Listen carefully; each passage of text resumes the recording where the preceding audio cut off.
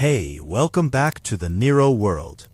Today we're diving into another Nero Wolfe mystery, smart, sharp, and worth every minute. The Orchid had just opened. I know because Wolfe had been monitoring it since Tuesday with the focused attention most men reserve for horse races or pretty women. And when I came up to the plant rooms at 10:15 that Thursday morning to tell him we had a visitor, he held up one thick finger without turning around and said, "A moment, Archie." The moment stretched to 4 minutes, I counted. The orchid in question was a Cattleya hybrid Wolfe had been cultivating for the better part of 2 years. A deep, bruised purple, so dark it was nearly black at the center, with a lip the color of old garnets.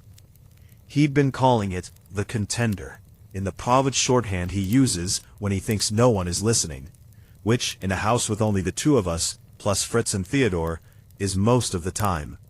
"There," he said at last, with the quiet satisfaction of a man who has just proved a theorem. "Beautiful," I said. "There's a woman downstairs." He turned.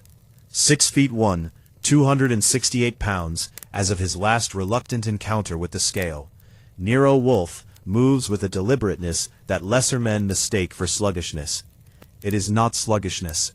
It is the considered locomotion of a man who has decided long ago that urgency is almost always manufactured. "There is always a woman downstairs, Archie. Or a man. That is the nature of the ground floor. This one has an appointment, 9:30, which she kept at 9:28. She's been sitting in the office for 42 minutes reading a magazine she clearly isn't reading, and her shoes cost more than our monthly grocery bill." One eyebrow rose a quarter inch. With Wolfe, that constitutes animation.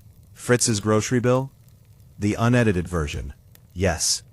He looked once more at the orchid, then set down his misting bottle with the deliberate care of a man laying a sidearm on a table before a negotiation. "I'll be down at 11. She may not wait until 11. Then she does not want my help sufficiently." I went back downstairs. The woman was still there, still performing the act of reading a magazine about interior design. And I had the distinct impression she was the sort of person who had staff to handle her interior design. She was somewhere in her mid-40s, with the kind of bone structure that photographs well and ages gracefully and makes painters want to try again. Her hair was the particular shade of dark auburn that nature produces maybe once in 10,000 attempts. She wore a charcoal wool suit that had been cut specifically for her body and no other, and her hands in her lap were very still. Still hands, I've learned, mean one of two things: breeding or fear. Sometimes both. "Mr. Wolfe will be down at 11, I told her. "Can I get you anything? Coffee, water, something stronger?" "Nothing, thank you." Her voice was controlled and a little musical, with a finishing school precision that she'd spent decades either acquiring or suppressing. "Will he actually come down at 11, or is that a negotiating position?" I liked her immediately. "It's a fact," I said. "Nero Wolfe keeps a schedule the way other men keep religion. 11 o'clock, he'll walk through that door. You could set a clock by it, and several of our clients have." She set the magazine on the small table beside her chair, neatly, spine aligned with the edge, and looked at me directly for the first time. Her eyes were gray, the real kind, not the blue-gray that passes for gray in poor lighting. "You're Archie Goodwin." "Guilty. I've read about you, about both of you." She paused. "I'm Vivian Ashworth." The name landed with a small, familiar weight. Vivian Ashworth, née Calder, widow of the late Edmund Ashworth, who had built Ashworth Meridian Capital into one of the more formidable private equity operations on the eastern seaboard, before dying of a cardiac event 18 months ago at the age of 61. The estate had been valued, publicly and conservatively, at something north of $400 million. Privately, and less conservatively, the figure was reportedly higher. There had been articles. There had been the predictable period of social column speculation about what she would do next. She had done, apparently, very little, which, in New York's financial circles, was either admirable restraint or a sign of something being quietly wrong. "Mrs. Ashworth," I said, "I'm sorry about your husband." "Thank you." She said it the way people say it when they've said it several hundred times, and the words have been worn smooth. "Mr. Goodwin, I'd prefer to tell my story once, to Mr. Wolfe, if you don't mind." I didn't mind.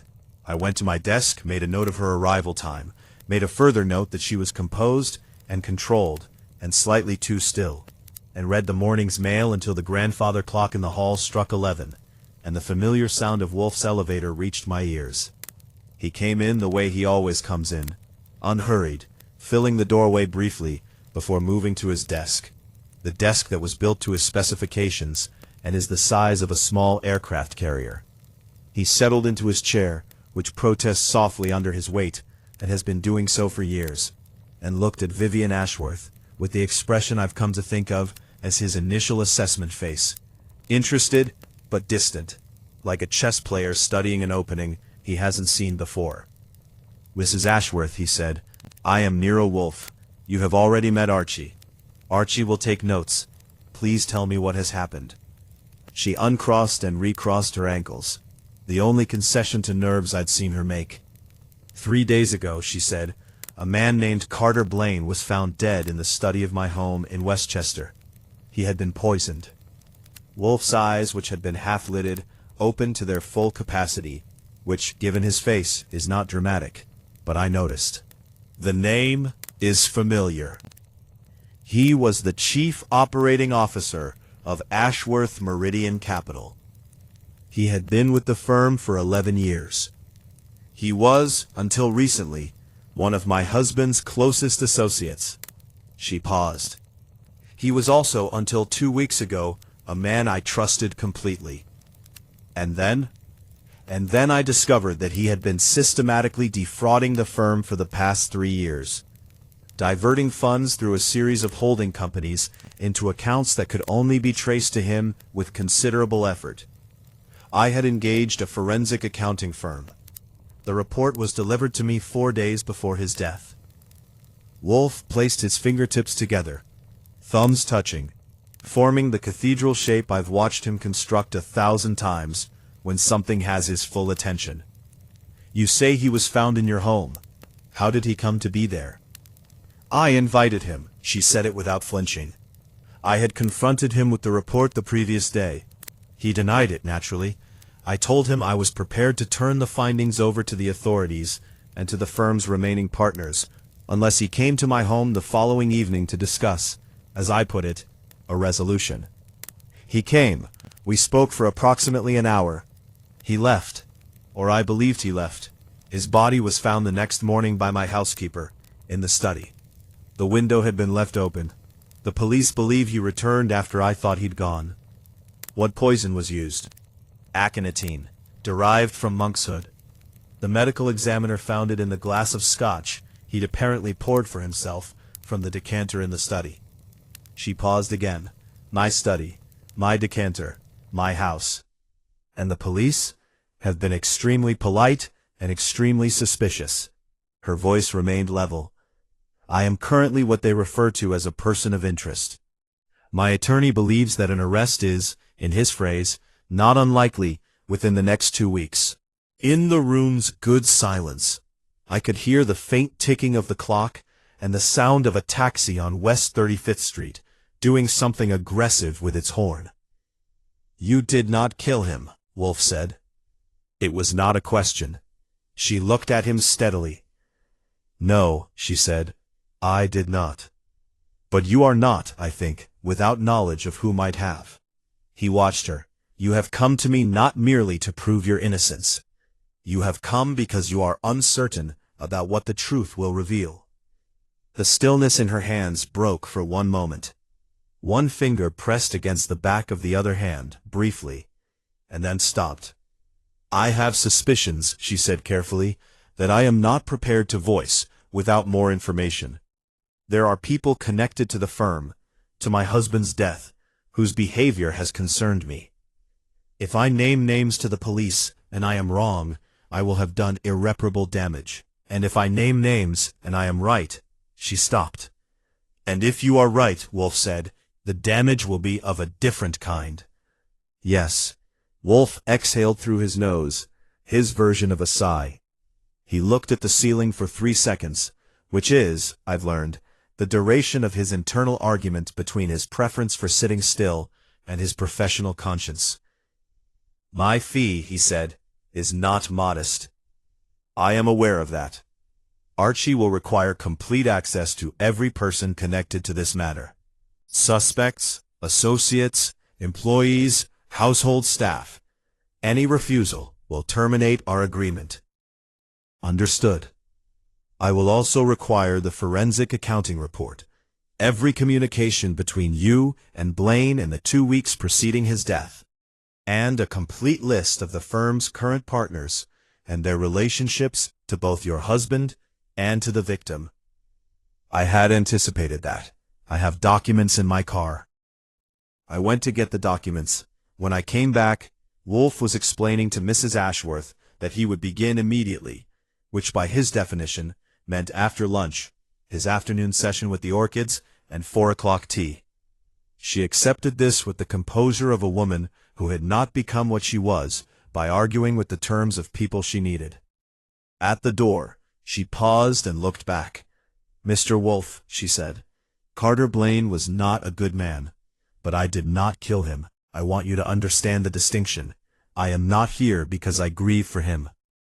You are here, Wolfe said, without looking up from the accounting report he'd already begun to read, because you grieve for yourself. That is sufficient. She left. I stood in the doorway and watched her go, then came back to my desk and looked at Wolfe, who was reading with the focused patience of a man solving a language he has not yet encountered. She's hiding something, I said. Of course she is, he said. So is everyone. The question is whether what she is hiding is relevant to our purpose or merely to her dignity. For now I cannot determine which. He turned a page. I made a note. Outside, a second taxi joined the argument with the first. It was, by any measure, a perfectly ordinary Thursday morning in New York City, which meant that somewhere, not far away, something had gone very wrong, and we were the ones who were going to have to sort it out. I find that oddly comforting. The list Vivian Ashworth had left with us contained 6 names, each accompanied by a typewritten paragraph of context that managed to be thoroughly detailed and carefully uninformative at the same time. She had the lawyer's gift, or perhaps simply the wealthy woman's gift, of providing information without revealing anything she hadn't decided to reveal. I spent the afternoon making calls. By the following morning, I had arranged interviews with 4 of them, been refused by 1, and discovered that the 6th was currently in London and would remain so for another week. I noted the refusal and the convenient absence, and filed both in the part of my mind labeled interesting. The 4 who agreed came to the brownstone on Friday afternoon at staggered intervals of 30 minutes, which Wolfe prefers. He dislikes having suspects accumulate in his waiting room, on the grounds that people who know each other will inevitably compare notes, and people who don't know each other will begin to, and neither outcome is useful to him.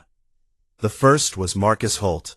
Holt was 52, the firm's managing director, and by all accounts, the operational engine that had kept Ashworth Meridian running in the months following Edmund Ashworth's death. He was the sort of man who reads as competent before he opens his mouth. Medium height, precise grooming, the contained energy of someone who keeps lists and crosses things off them. He sat in the red leather chair across from Wolfe's desk, with his hands folded and his expression calibrated to convey cooperative concern. I noted that his shoes were expensive, and his watch was not, which is an interesting reversal, and usually means something. Mr. Holt, Wolfe began, you worked directly with Carter Blaine for how long? 9 years. He joined the firm 2 years after I did. We were, he paused and corrected himself. We worked closely together. You were going to say friends. Holt's mouth compressed slightly at the corners. We were professional colleagues. Close ones. Friends is perhaps an overstatement. You were aware of the forensic audit? Mrs. Ashworth informed the senior partners the day after she confronted Blaine. Yes. Your reaction?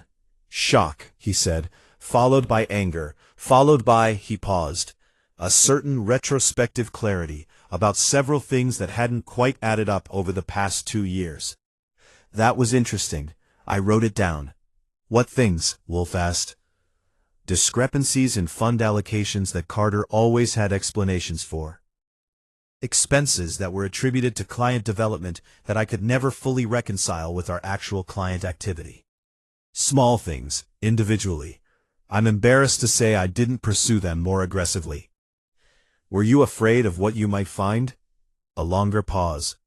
I may have been. Wolfe asked him about the night of the death.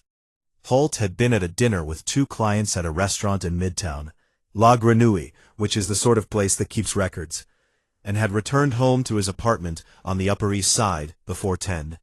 His wife had been there. He had not been to Westchester. Then he said something that I underlined in my notes. Mr. Wolfe, I want to be transparent about something. Carter Blaine was not simply stealing from the firm in the abstract. He was stealing specifically from the Calder Trust holdings, the portion of the firm's portfolio that was most directly tied to Mrs. Ashworth's personal inheritance from her father. The money was hers, originally, before it became the firm's seed capital. She would have known that when she read the report. You are suggesting a particular intensity of motive, Wolfe said. I am providing context, Holt said carefully. He left at 2:38. I showed him out and was back in my chair by the time the second visitor arrived. Her name was Diana Price, and she was Blaine's personal assistant. She was 29. With the particular alertness of someone who has spent years being invisible in rooms full of important people, and has consequently seen everything. Her clothes were careful, not cheap, not extravagant, the thoughtful middle ground of someone who understands the professional importance of appropriateness. She sat in the red chair, as though she'd been told it might have a current running through it. I've already spoken to the police, she said, by way of opening. Yes, Wolfe said. Now you will speak to me. How long did you work for Mr. Blaine? 4 years. Did you know about the fraud? The directness of it made her blink. Then she looked down at her hands, and up again. Not specifically, not, she exhaled. I knew that certain things were handled in ways that seemed unusual. I assumed that private equity at that level has complexities I didn't fully understand. A reasonable assumption, and perhaps a convenient one. She met his gaze. I was not in a position to challenge my employer's financial practices, Mr. Wolfe. I had a job, and a lease, and a student loan payment. Quite, he said, without judgment. Tell me about the 2 weeks before his death, his demeanor, his communications, any departures from routine. Diana Price turned out to be exactly what I'd suspected, an observer. She described Blaine's behavior in the 2 weeks before his death with the precision of someone who had been paying careful attention for a long time without necessarily intending to. He had been anxious. She used the word contained but anxious, which I thought was perceptive. He had made 3 calls from his personal cell phone in the office that she'd overheard portions of, 2 of which were clearly arguments. He had destroyed documents, physical documents, which she found unusual, since everything in the firm was digital. And on the last afternoon she saw him alive, he had sent her home early, which he never did. Who were the calls with? Wolfe asked. I heard his side only. What did you hear? She thought carefully. In the first call he said, I'm not certain of the exact words. Something like, that wasn't the agreement and you know it. In the second call he was quieter. I heard him say, there's no way back from this, and it was never supposed to go this far. The third call. Her hands tightened slightly in her lap. He was in his office, with the door closed. I heard him raise his voice. I heard him say a name, I think a name, and then stop. When he came out, he looked... she searched for the word. Cornered. The name, Wolfe said. What was it? She hesitated. It sounded like Rener, but I could be mistaken. I may have misheard. Rener, I said, checking the list. There was no Rener on it. I made a note and underlined it twice. Diana Price left at 3:15. I had time for a cup of coffee before the third visitor arrived. His name was Paul Ashworth, and he was Edmund Ashworth's son from his first marriage, which is to say, Vivian's stepson, though that word seemed inadequate for the relationship as I'd heard it described. Edmund Ashworth had married Vivian when Paul was 24, which put the age gap between them at roughly 9 years. In the articles I'd read, Paul Ashworth was described as being involved in philanthropic endeavors, which is the way publications describe wealthy young men who haven't done anything professionally notable, but haven't done anything scandalous either. He was 38 now, and he had the looks of a man who had once been very handsome, and was still handsome in the way that athletic men go when the athletics have faded. The structure was all there, the freshness slightly less so. He wore his jacket open, and his energy loose, and sat in the red chair with the ease of someone to whom furniture has always been comfortable, because someone else always chose it and paid for it. "I'll be honest," he said, before Wolfe could open his mouth. "I'm not sure why I'm here. I had nothing to do with Carter Blaine professionally." "No," Wolfe agreed, "but you had dealings with him personally. I am told you met with him on at least 2 occasions in the month before his death." That landed. I watched Paul Ashworth's ease recalibrate itself with the small, practiced adjustment of a man who has dealt with unexpected information before. "We had lunch," he said, "twice. Carter was an old acquaintance. Of yours or of your father's?" "Both. He was at the firm when I was growing up. Family friend, more or less." "What did you discuss at these lunches?" "The firm, the transition. My father's estate is still being finalized. There are complexities." "There are always complexities," Wolfe said dryly. "Was the Calder Trust discussed?" This time the recalibration was more visible. Paul Ashworth looked at me, then back at Wolfe. "The Calder Trust," he said carefully, "is a matter between the estate and my stepmother. I have no standing in it." "That," said Wolfe, "is not the same as saying it was not discussed." Paul Ashworth left without answering that question, which was itself an answer, and not a trivial one. The fourth visitor was a man named Gerald Foss, who was the firm's head of legal affairs, in-house counsel, a 60-year-old with the deliberate economy of motion and speech that long legal practice either produces or selects for. He told us almost nothing useful, and he did so with tremendous professional courtesy, and I respected both the skill and the intent, while finding him thoroughly unhelpful. He did, however, confirm one thing, that Carter Blaine had contacted him 5 days before the murder, and asked, hypothetically, about the legal exposure of a person who had knowledge of financial fraud, but had not reported it. Foss had told him this was not a conversation he should be having with in-house counsel. Blaine had thanked him and ended the call. "He was afraid," Foss said simply. "Of what precisely, I couldn't tell you. But Carter Blaine was a man who was afraid of something in those last days, and it wasn't just the audit." When he left, I closed my notebook and looked at Wolfe, who had his eyes shut and his fingertips together, and the expression of a man assembling pieces in the dark. "4 interviews," I said, "and a name that isn't on the list." "Rener," Wolfe said, without opening his eyes. "Rener," I confirmed. "Who is Rener?" "That," he said, "is what you will find out. Tomorrow morning, Archie. Tonight I would like to think, and Fritz has prepared a blanquette de veau that deserves my full attention." It usually does, but I sat with the name on the way to the kitchen, turning it over like a coin I'd found on the street, and wasn't sure whether to keep or hand in. Rener. Who was afraid of a man who was already afraid? The medical examiner's report came through official channels, which in this case meant that Inspector Kramer's office sent it, because Kramer had decided that it was in his interest to be cooperative with Wolfe, rather than obstructive. a policy he adopts every 8 months or so before abandoning it again in frustration. The report confirmed what Vivian Ashworth had told us. Aconitine, derived from Aconitum napellus, administered through a glass of 18-year Macallan Scotch that Blaine had apparently poured for himself from the crystal decanter kept in Mrs. Ashworth's study. The dose was substantial, not the tentative quantity of someone experimenting, but the deliberate measure of someone who knew what they were doing and intended the outcome to be final.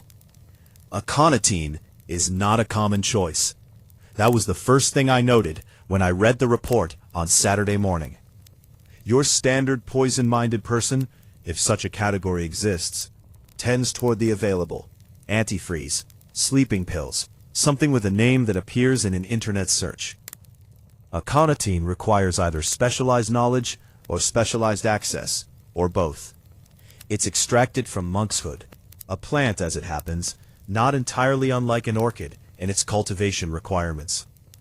I brought this last point up to Wolfe at breakfast, which I try not to do, because Wolfe maintains that any business discussion conducted within 90 minutes of eating constitutes a digestive offense. He gave me the look that signifies I have violated this rule, and then, because the point was clearly interesting to him, responded anyway. The cultivation requirements are broadly similar, he said. The plant is not difficult to grow, and it is not uncommon in formal gardens. The extraction, however, requires knowledge. Mrs. Ashworth has a garden at the Westchester property. As do many people in Westchester. He buttered his toast with focused precision. What plants specifically are in it? I don't know yet. Find out. I did. It took me most of Saturday morning, a call to the Westchester property's head groundskeeper, and the observation that people who maintain expensive gardens are, in my experience, highly willing to discuss them at length to anyone who will listen. The groundskeeper's name was Arturo, and he was willing. The garden did not currently contain monkshood.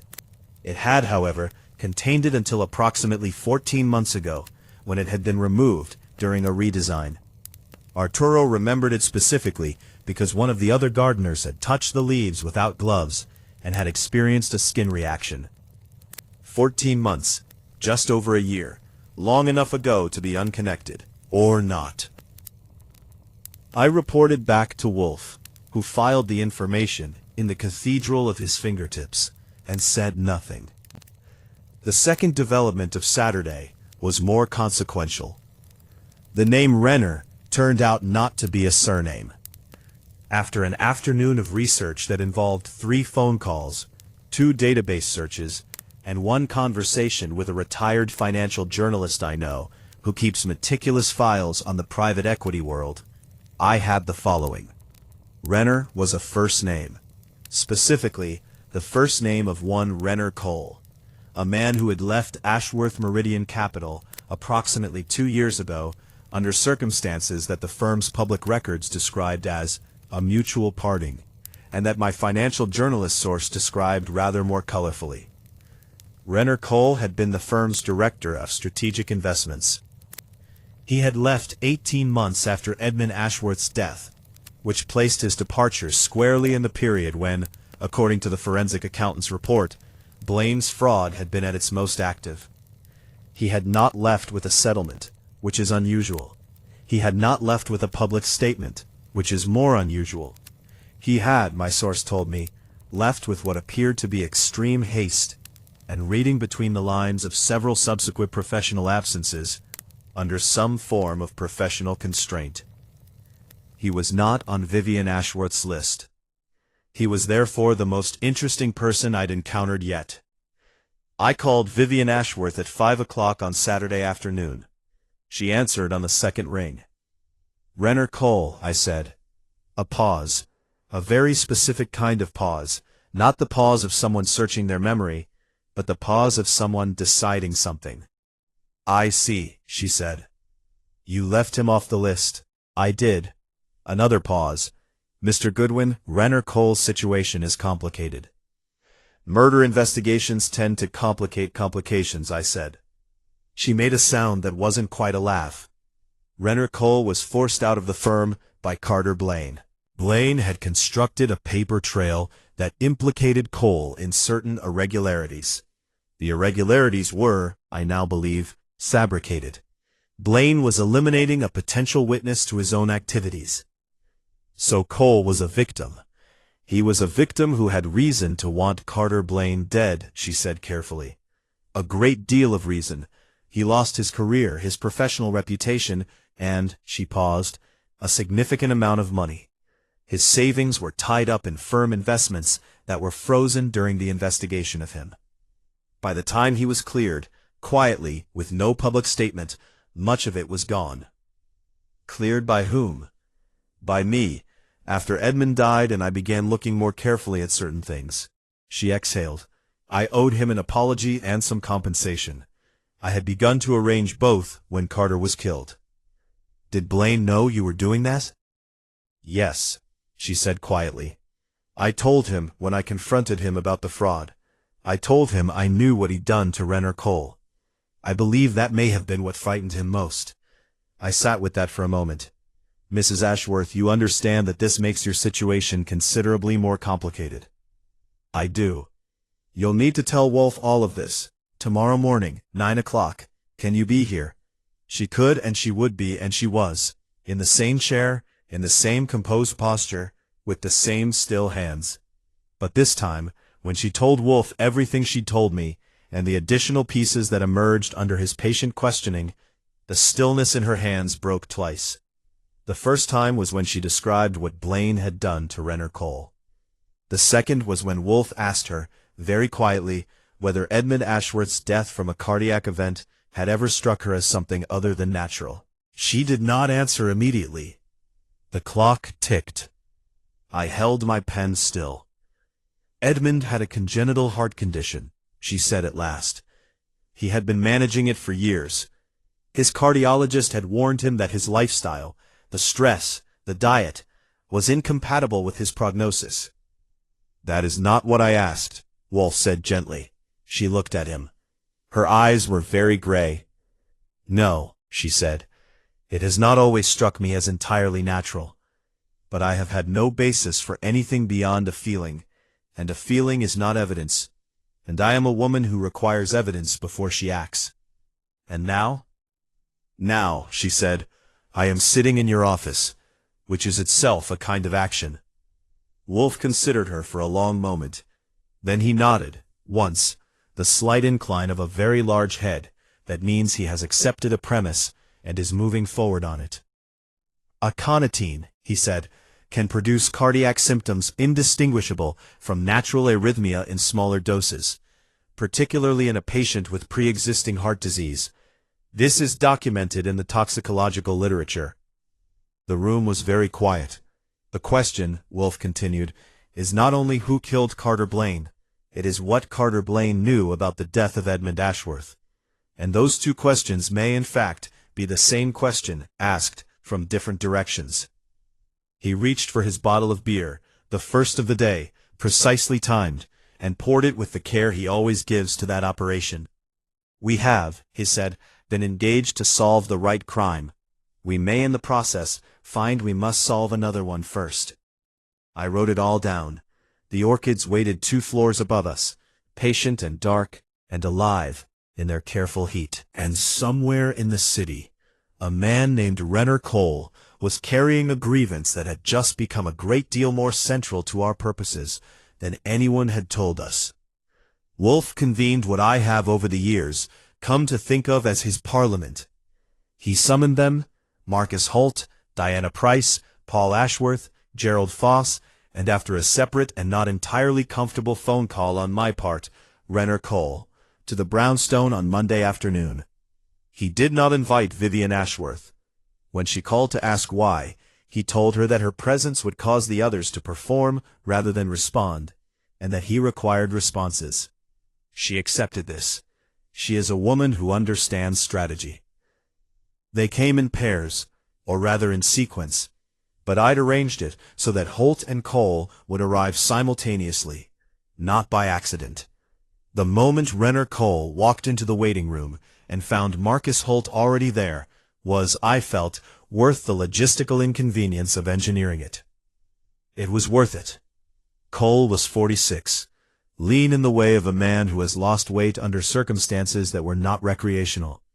He had the face of someone who had been, not long ago, deeply angry, and was now carrying the anger in a more compressed form, the way you compress a file to send it somewhere. When he saw Holt, his expression did not change, but his eyes did. Something behind them went very flat and cold, and then he looked away and found a chair and sat in it with careful neutrality. Holt's response was more telling. He went slightly pale, then he cleared his throat and said, "Rener," with the careful neutrality of a man stepping around a trap. Cole said nothing. I showed them into the office separately. Cole first. "Mr. Cole," Wolfe said, "I will not spend time on courtesies. You had significant reason to want Carter Blaine dead. You are also, as you likely know, absent from the list of persons Mrs. Ashworth provided to me, which suggests she was attempting to protect you." Cole sat in the red chair with the stillness of someone who has rehearsed. "Am I here as a suspect?" "Everyone is here as a suspect. Some will remain so longer than others." "Then I should probably say nothing without a lawyer." "You are welcome to say nothing," Wolfe said pleasantly. "The disadvantage is that I will be compelled to reason from what I know without the benefit of your corrections. I know a considerable amount, Mr. Cole. I find that what I currently know supports an unflattering narrative about you. Whether that narrative is accurate is what I am attempting to determine." Cole looked at him, and at me, then back. "What do you want to know? Where were you on the night of Carter Blaine's death?" "At home, alone. No corroboration." "No. Did you know Blaine would be at the Ashworth property that evening?" A pause of approximately 3 seconds. "I knew Mrs. Ashworth was meeting with him. I didn't know the specific evening." "How did you know about the meeting at all?" "She told me. We had spoken. She called me to tell me about the forensic audit and to apologize for what had happened to me. She mentioned she intended to confront him." "She did not mention that in our initial conversations," I noted. "She protects people she feels she's wronged," Cole said. "It's an instinct." Wolfe spent another 20 minutes with Cole, excavating the 2 years of his professional destruction with the systematic thoroughness of an archaeologist, finding the layers, identifying the artifacts, noting what was missing and what had been disturbed. By the end, Cole had told us more than he'd intended to, which is the usual outcome with Wolfe. What emerged was this. Cole had known that something was wrong at the firm 2.5 years ago.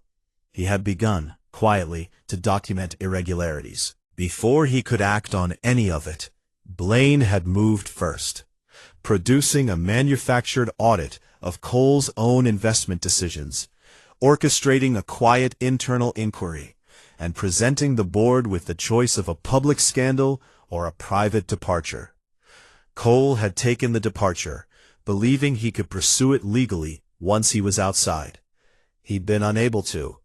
The documentation he'd retained wasn't sufficient, and his legal funds ran out faster than his lawyers had projected. "The night before Carter was killed," Wolfe said, very quietly, "did you contact him?" Cole's jaw tightened. "No."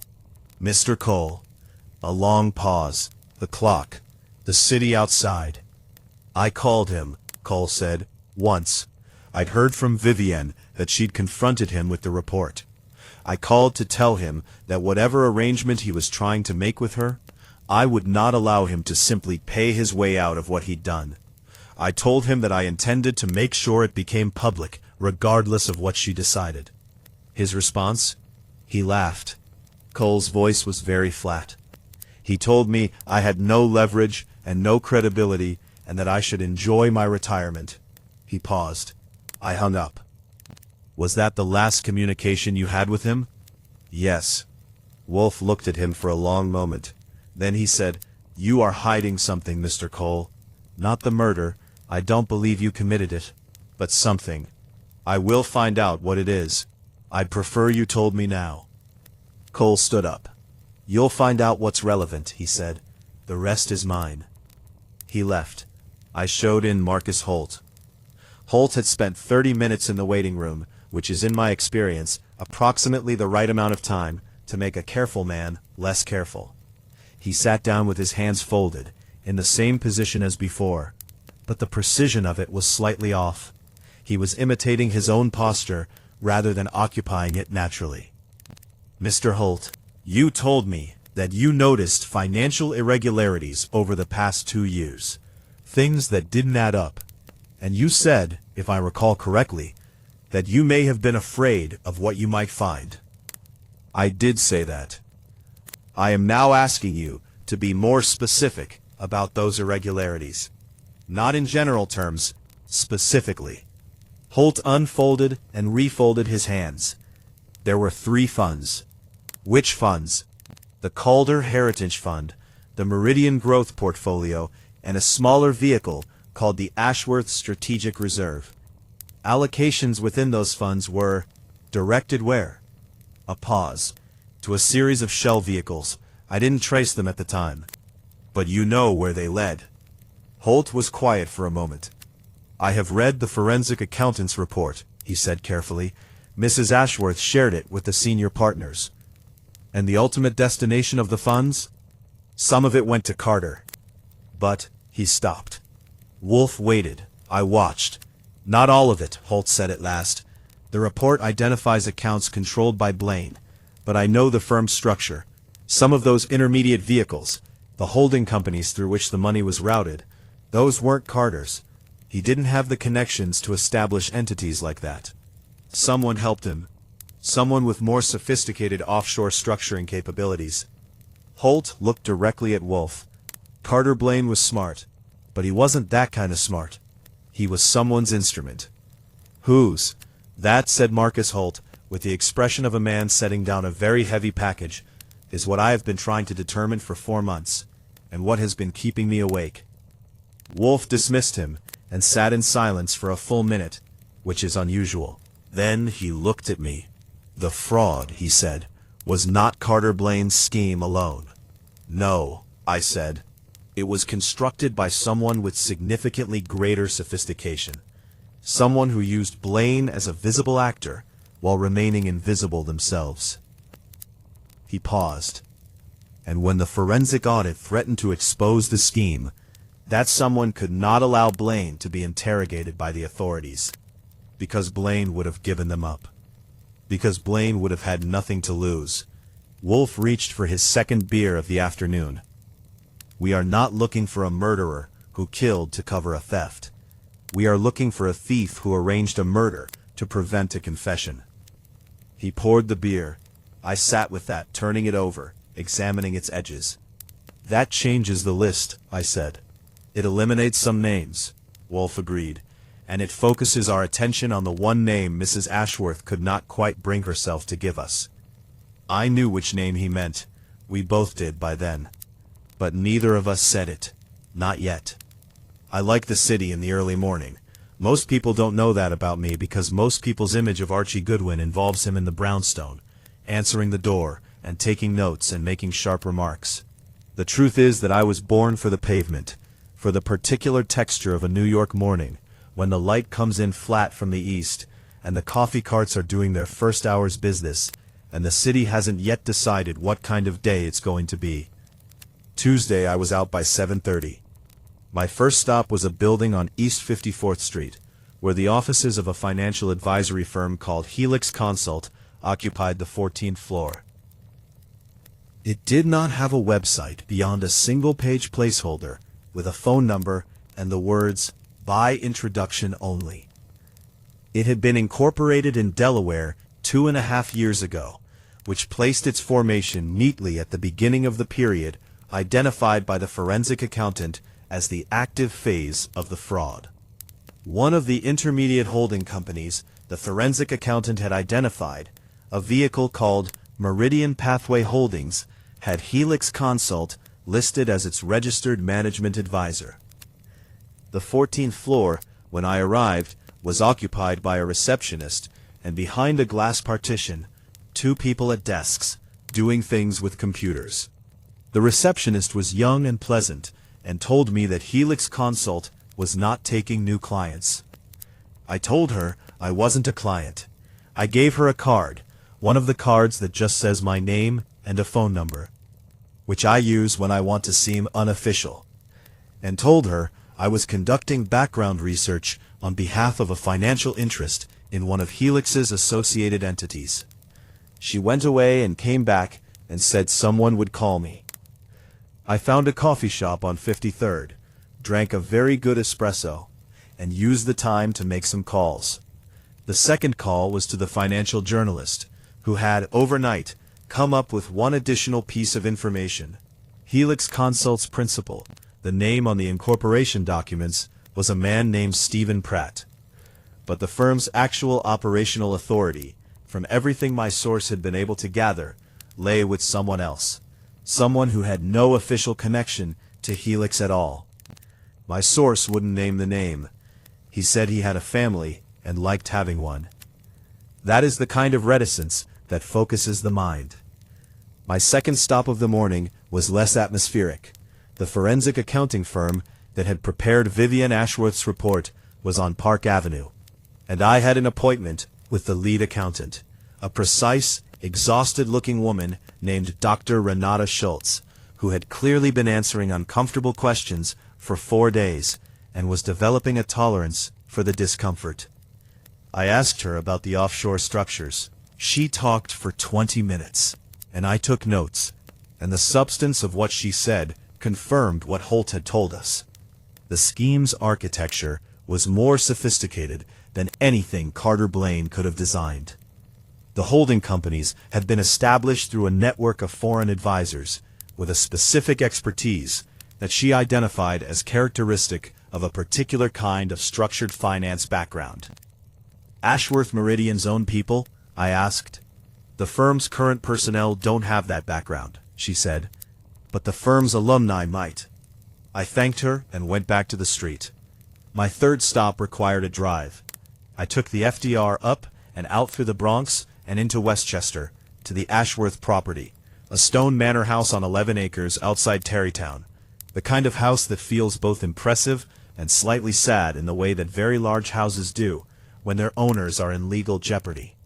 Vivian Ashworth met me at the door and took me through to the study where Carter Blaine had died. It was a well-proportioned room, bookshelves on 2 walls, a partner's desk, 2 leather chairs, and along the far wall, a drinks cabinet with cut glass decanters.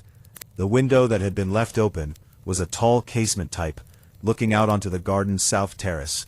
From outside, the garden was visible below, formal beds, boxwood hedges, a fountain currently not running, and at the far end, against the stone wall, a section of plantings that Arturo the groundskeeper had told me contained, among other things, several varieties of shade-tolerant flowering plants.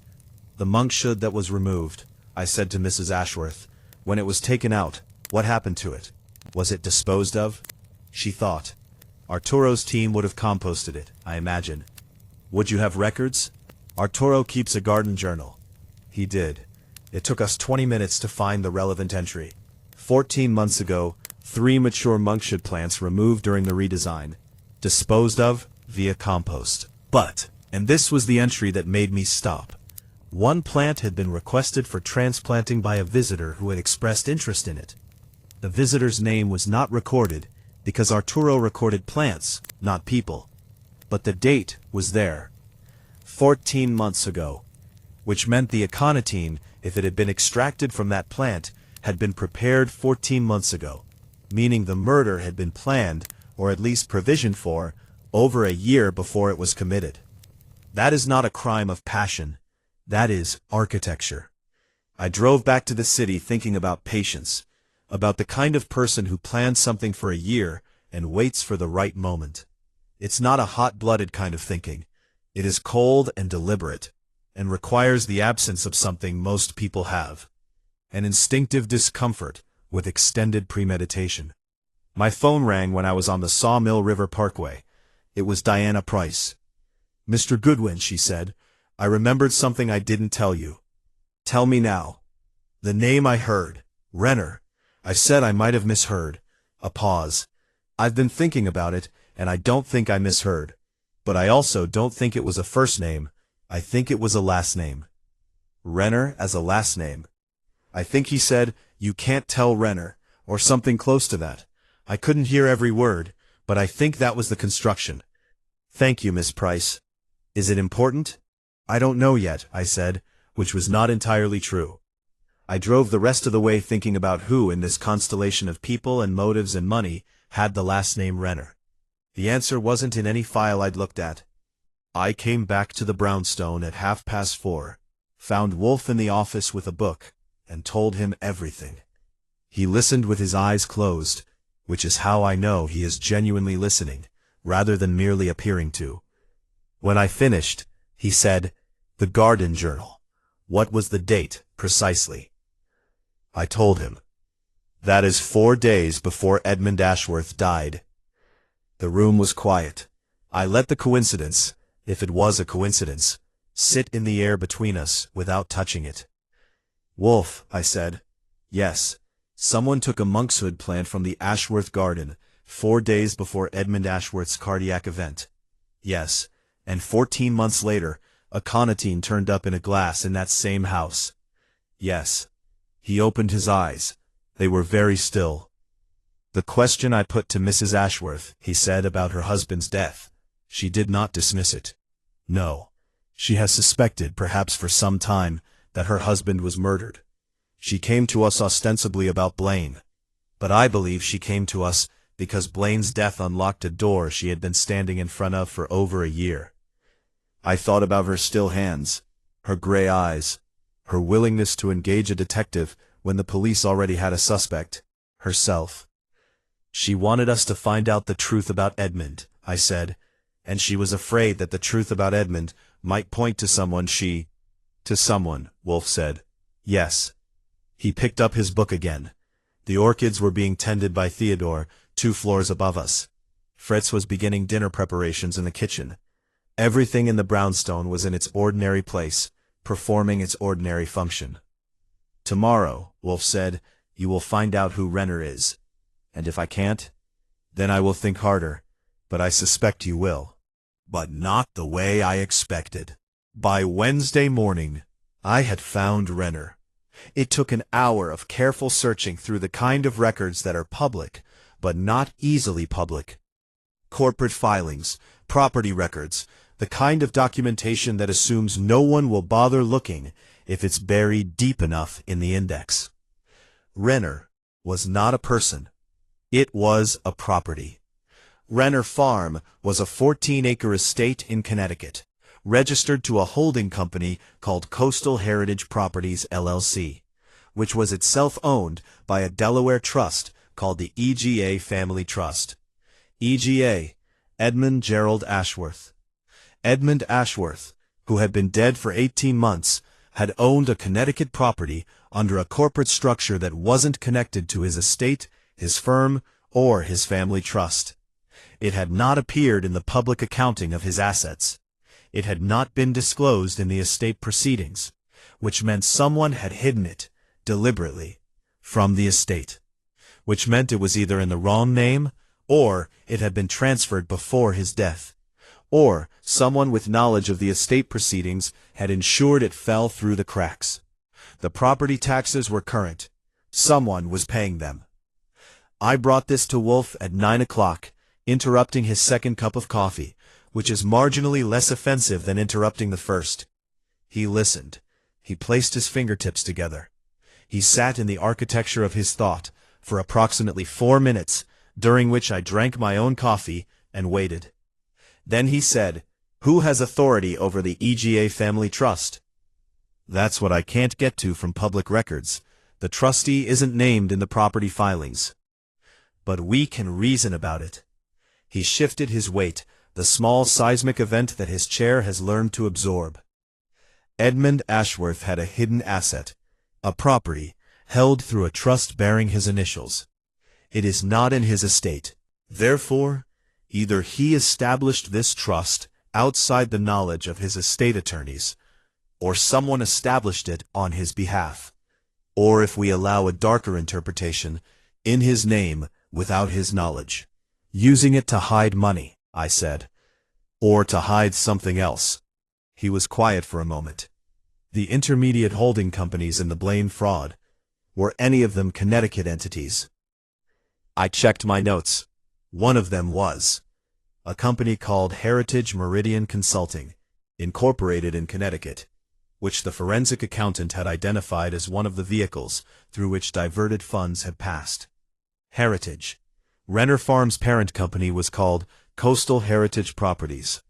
The same naming pattern, I said. Yes. Whoever structured the fraud constructed it with internal consistency, possibly a professional habit, possibly simply carelessness about the pattern. But the same vocabulary repeats. Heritage, Meridian, Coastal, these are all terms that appear across the structure. I thought about this. So the person who built the fraud also built the trust, and the trust holds a hidden property that wasn't in Edmund Ashworth's estate. And Edmund Ashworth died in a manner that now seems, at minimum, worth examining. And Carter Blaine, who was the public face of the fraud, was afraid in his final days, not merely of the forensic audit, but of someone he could not name to his own lawyer. He called the property, I said suddenly. Wolfe looked at me. You can't tell Rener. That's what Blaine said. Not someone named Rener, Rener Farm. He was worried about someone finding out about the property. I thought it through quickly. He said you can't tell Rener to whoever was on that phone call. He was telling someone, maybe warning someone, that the property couldn't be disclosed. Because its disclosure would expose the trust, Wolfe said, which would expose the hidden assets, which would expose the full scope of what was taken, and, more importantly, from whom. He reached for his beer, the first of the day because it was now 11 o'clock, which is when his first beer is permitted, and poured it with the ritual care that I've always found oddly comforting. Archie, he said, I believe we now have the outline. There are still pieces I require before I can act with certainty, but the shape is there. Tell me the shape, I said. He did. It took 15 minutes, and as he talked I wrote, and by the time he was done, I had filled 4 pages of my notebook with the architecture of what he believed had happened. From Edmund Ashworth's death through Carter Blaine's murder, and across the whole landscape of money and motive and patient, cold premeditation. When he was done, I looked at my notes for a moment. If you're right, I said, then Mrs. Ashworth has been living with this. She has suspected, Wolfe said. She has not known. There is a great difference between the two. And I think that difference is what has made her careful rather than desperate. She's going to have to be told. She is going to have to be present, he corrected, when I present it, along with the others. I looked at him. You're sure? I am not yet certain of every link. There is one verification I need. One piece of the construction that is not yet confirmed. He set down his beer. I need the identity of the trustee of the EGA Family Trust. I told you, I can't get to that from public records. No, he said, but Gerald Foss can. Foss was the firm's in-house counsel. He had been Edmund Ashworth's personal attorney as well, in the dual role that happens in closely held private firms, where the legal function is trusted to one person.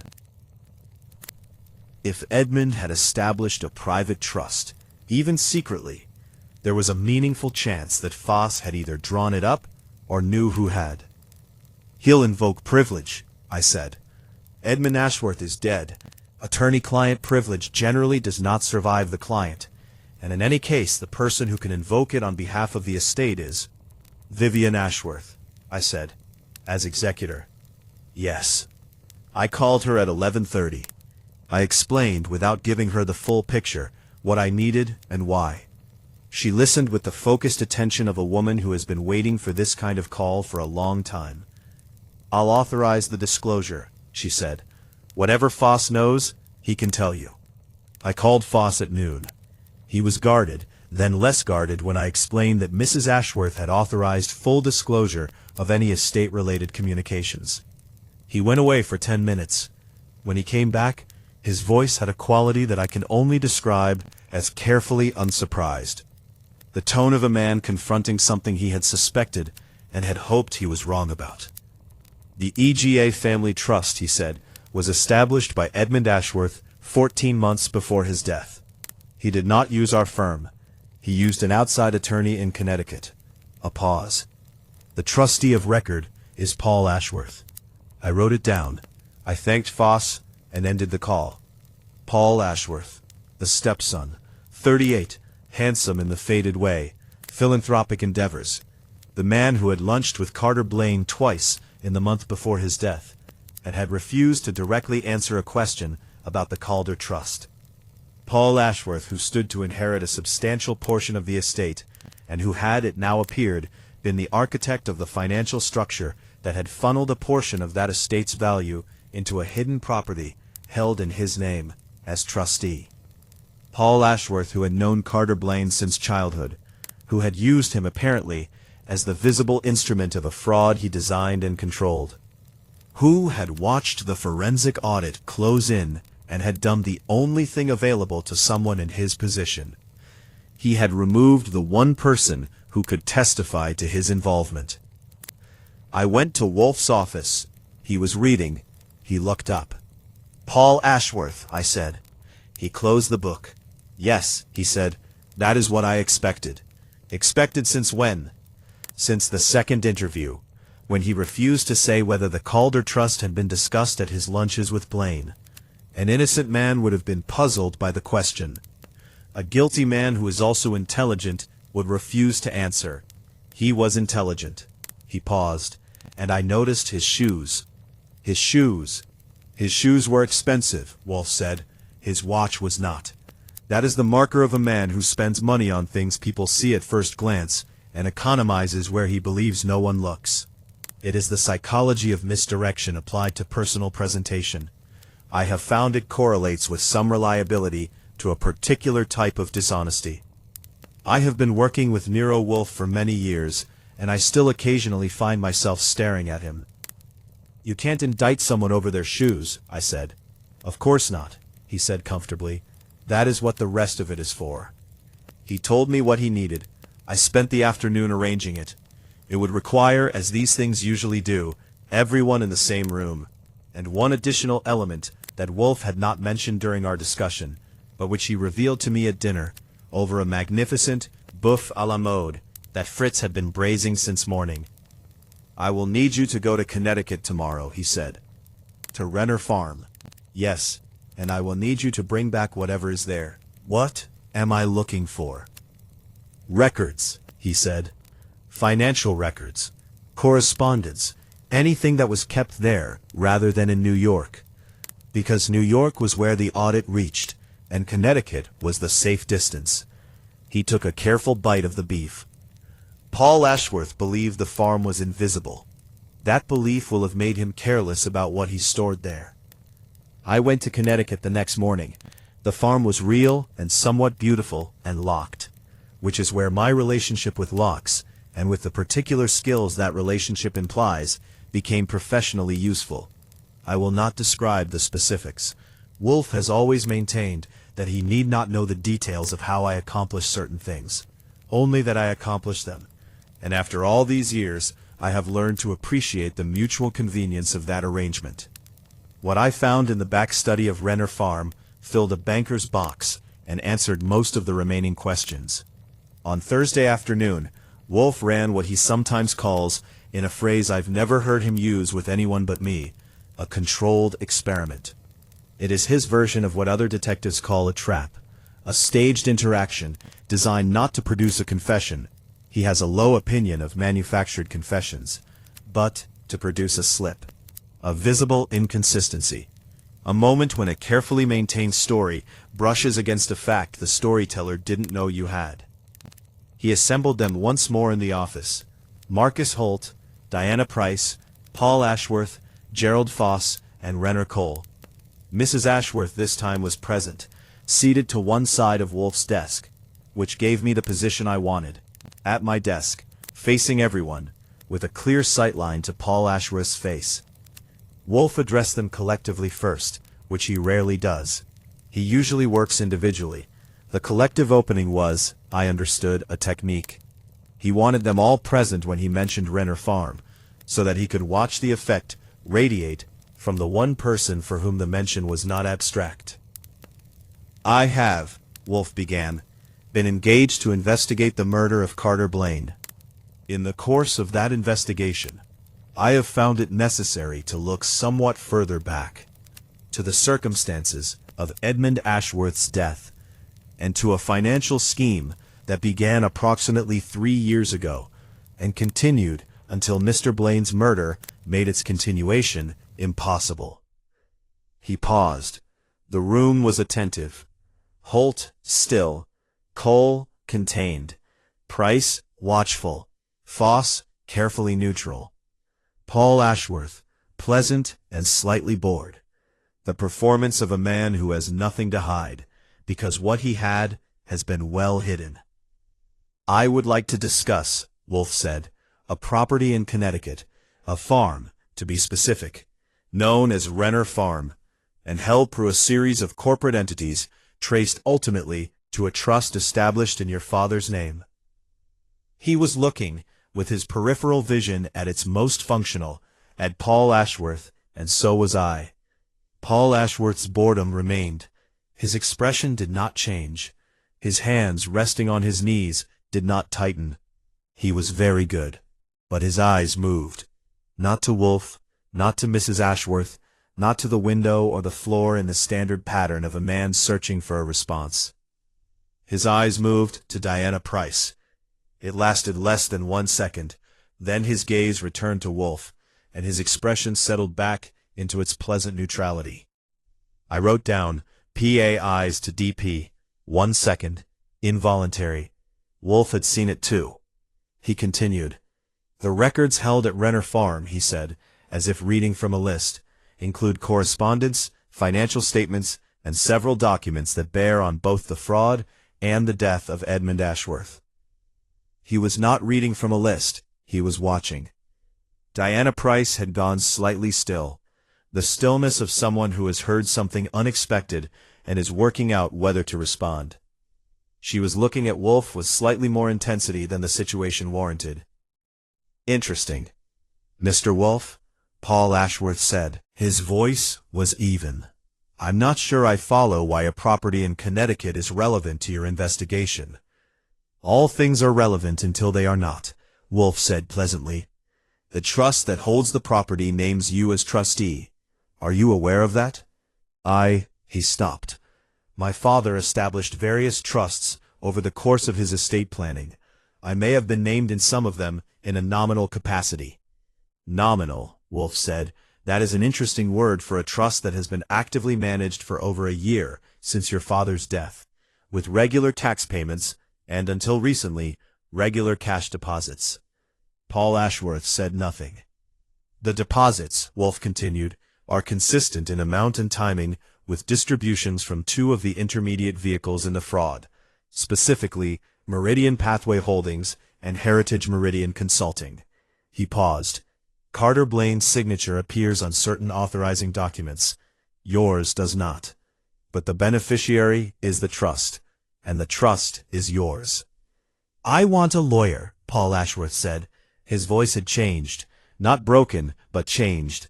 The pleasantness was still there, but it was thinner now, like a layer of ice over water that has started to move. "You are free to obtain one," Wolfe said. "I am not the police, Mr. Ashworth. I am a private citizen asking questions in my own office. You may leave at any time." He paused. "But I would ask you, before you do, one question. Only one." Ashworth looked at him warily. "Why," Wolfe said, "did Archie Goodwin find among the documents at Rener Farm a letter in your handwriting describing the specific method by which a fatal dose of Aconitin may be administered in a quantity small enough to resemble cardiac arrest in a patient with pre-existing heart disease?" The room went very still. Diana Price made a small sound. Cole's controlled expression broke, briefly, into something raw. Foss looked at the ceiling. Paul Ashworth stood up. "I'd like to leave now," he said. "Of course," Wolfe said. "Archie."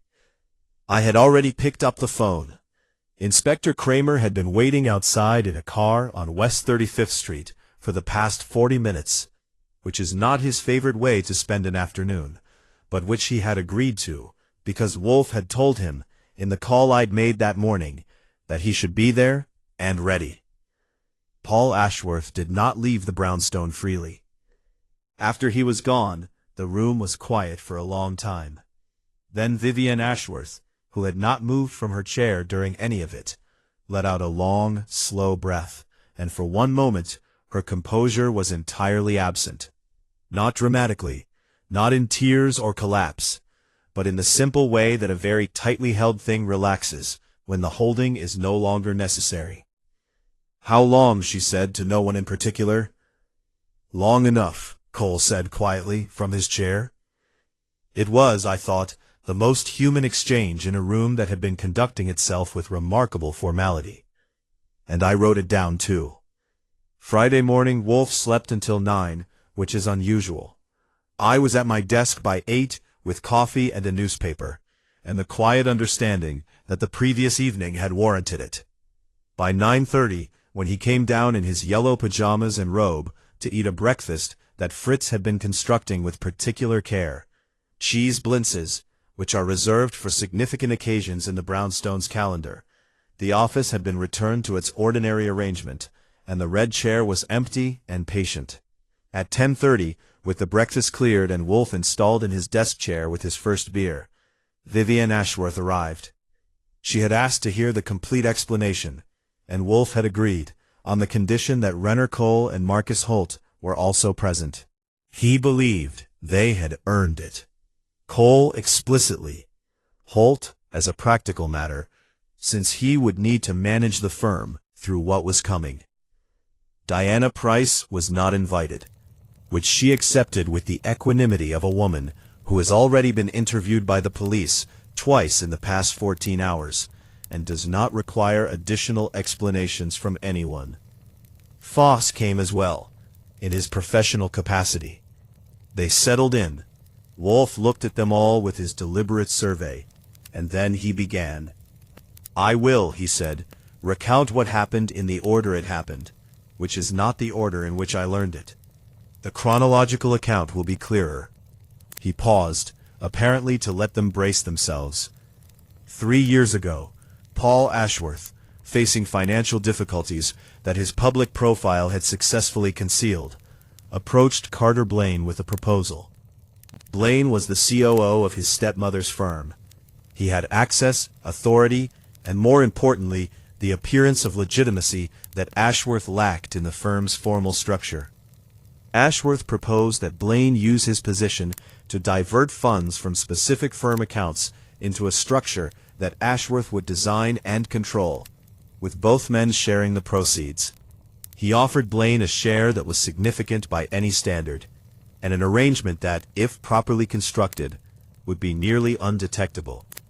Holt was nodding slightly, not in agreement, but in recognition. Cole was absolutely still. Blaine agreed. Ashworth, who had both legal knowledge and offshore financial connections acquired during a period of his 20s that he has never discussed publicly, built the structure. The holding companies, the Connecticut entities, the trust. The trust was established in his father's name, specifically to create a layer of distance from himself, and because he believed that documents held in his father's name would be treated with less scrutiny during and after the estate process. "He used Edmund's name," Mrs. Ashworth said, very quietly. Not a question. "To protect himself," Wolfe said. "Yes." He continued. Rener Cole, as Director of Strategic Investments, began to notice discrepancies approximately 2.5 years ago. He was the most immediate threat to the scheme's continuation. Ashworth directed Blaine to neutralize him, which Blaine did through the manufactured internal audit. Cole was removed. This bought them approximately 18 additional months. Cole said nothing. His face was a very controlled surface over something that was not controlled at all. Edmund Ashworth, however, presented a different problem. Edmund was not stupid, and he was deeply familiar with his firm's financials. In the year before his death, he had begun to ask questions, informal questions, conversations with Blaine, inquiries about specific accounts. Blaine reported these to Paul Ashworth. Paul Ashworth determined that his father's continuing involvement in the firm represented an existential risk to the scheme. The room's quiet was of a specific texture now, the kind that people maintain with effort. He had, some months earlier, during a visit to the Westchester property, obtained a mature monkshood plant from the garden, under the pretext of an interest in it, which the groundskeeper noted without recording the requester's name. From this plant, Paul Ashworth extracted aconitine, a process that requires knowledge of organic chemistry, which he has, and patience, which he has demonstrated he has in abundance. He administered this substance to his father in a dose carefully calculated to produce cardiac symptoms consistent with Edmund Ashworth's known heart condition. Edmund died. The coroner found nothing inconsistent with natural death, because in a patient with pre-existing cardiac disease, there is very little to find if the dose is correctly calibrated. Ashworth had her hands folded in her lap, and they were perfectly still. The letter found at Rener Farm, Wolfe said, describes the method. It was apparently written as part of Ashworth's preparation, a detailed note to himself, the working document of a careful man. He kept it, which was his most significant error. Careful men who have succeeded once often grow careless about the evidence of that success. He thought the farm was invisible, I said. He had been correct for over a year. He had no reason to believe anyone would find it. Wolfe poured the last of his beer. The forensic audit changed everything. When Mrs. Ashworth confronted Blaine with the report, Blaine communicated the crisis to Ashworth. Ashworth's exposure through Blaine was total. Blaine knew everything, had handled the visible architecture of the fraud, and, when faced with prosecution, would have had every incentive to trade Ashworth's involvement for leniency. He would also, and this was perhaps more immediately dangerous, have been able to provide evidence pointing toward the true nature of Edmund Ashworth's death. So Paul killed Blaine, Holt said. His voice was flat. Paul Ashworth killed Carter Blaine, Wolfe confirmed. He had access to the Westchester property. He had visited it many times. He knew the layout. He knew where the decanter was kept. He knew Mrs. Ashworth's household routines. He had retained a quantity of aconitine beyond what was used on his father, precisely because he had considered the possibility that Blaine might need to be silenced. He came to the house on the night in question after Mrs. Ashworth believed Blaine had left. Blaine had in fact remained, waiting for a call he expected from Ashworth. Ashworth arrived and administered the poison in the scotch, and left before Mrs. Ashworth or her staff had any awareness of his presence. The open window, I said. He came through the garden. He knew the window latch. Wolfe set down his glass. It was not elegant, but it was effective, and it would have remained uninvestigated if the police had arrested Mrs.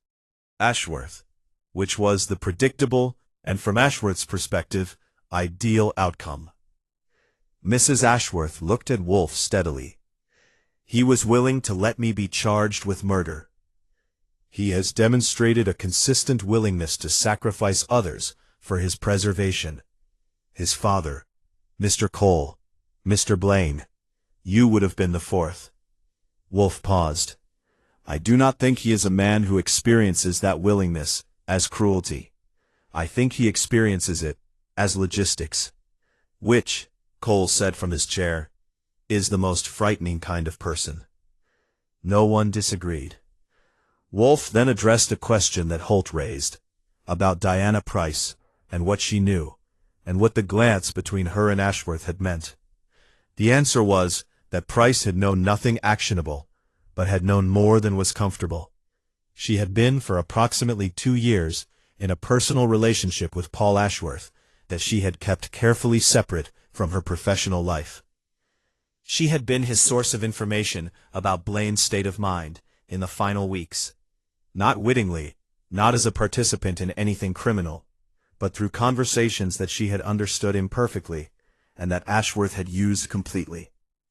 The police had been told she was not expected to face charges.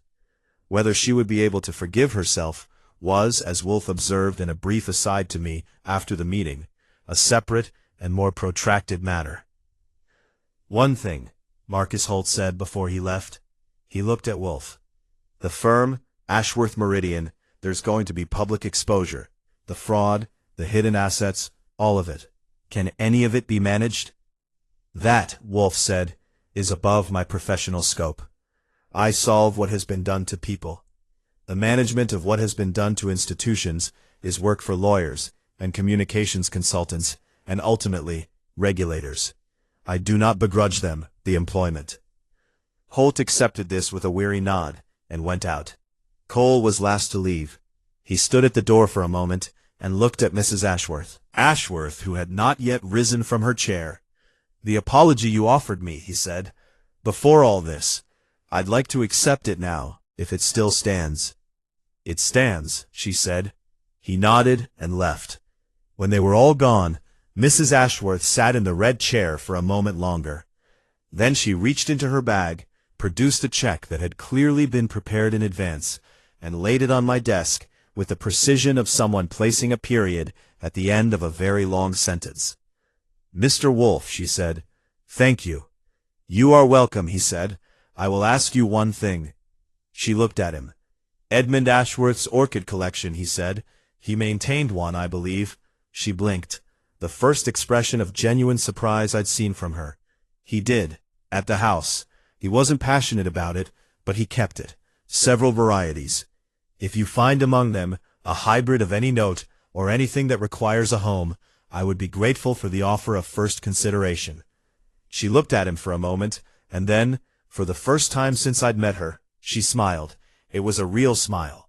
It had some grief in it, but it was real. "I'll have Arturo send you an inventory," she said. She left. Fritz had coffee waiting in the kitchen, because Fritz always knows when coffee is needed. And I sat at the kitchen table with mine, and thought about the arc of the thing.